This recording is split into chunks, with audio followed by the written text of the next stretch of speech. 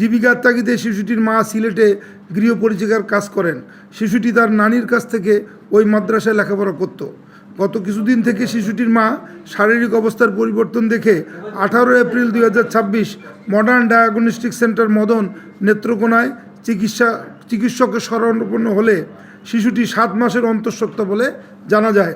বাদী শিশুটিকে জিজ্ঞাসাবাদে জানতে পারেন গত 2 অক্টোবর 2025 বিকাল অনুমান 15:30 ঘটিকায় মাদ্রাসা ছুটি হওয়ার পর ধৃত শিক্ষকের আদেশে ঝাড়ু দিয়ে মাদ্রাসা সংলগ্ন মসজিদের বারান্দা পরিষ্কার করতে থাকে।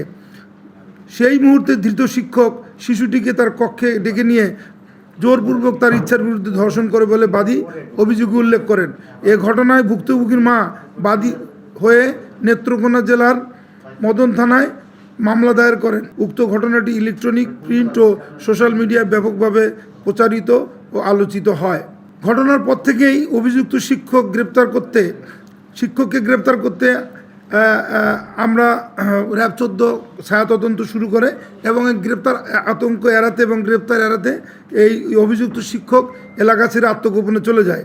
এরই ধারাবাহিকতায় গোপন সংবাদের ভিত্তিতে সদর কোম্পানি র্যাব 14 ময়মনসিংহের একটি চৌকস আভিযানিক দল 6 মে 2026 খ্রিস্টাব্দ ভোর আনুমানিক 4:15 ঘটিকায় ময়মনসিংহ জেলার গৌরীপুর থানার সোনামপুর এলাকা থেকে অভিযুক্ত আমানুল্লাহ মাহমুদ আরাফি ওরফে সাগরকে গ্রেপ্তার করতে সক্ষম হয়। পরবর্তী আইনানুগ ব্যবস্থা প্রক্রিয়াধীন রয়েছে। ধন্যবাদ। আমরা জিজ্ঞাসাবাদ করেছি তাকে, বা পরবর্তীতে তদন্তকারী কর্মকর্তা তাকে রিমান্ডে নিয়ে জিজ্ঞাসাবাদ করতে পারে। আমরা প্রাথমিক জিজ্ঞাসাবাদ করেছি, সে খুব বেশি কোনো কিছু বলেনি। ডিএনএ টেস্টের প্রয়োজন হলে অবশ্যই আদালতের পারমিশন সাপেক্ষে তদন্তকারী কর্মকর্তা অবশ্যই সেটা করবেন। তদন্তের সাথে যা যা করা দরকার আমরা কিছুক্ষণের মধ্যেই এই আসামিকে সংশ্লিষ্ট থানায় হস্তান্তর করব।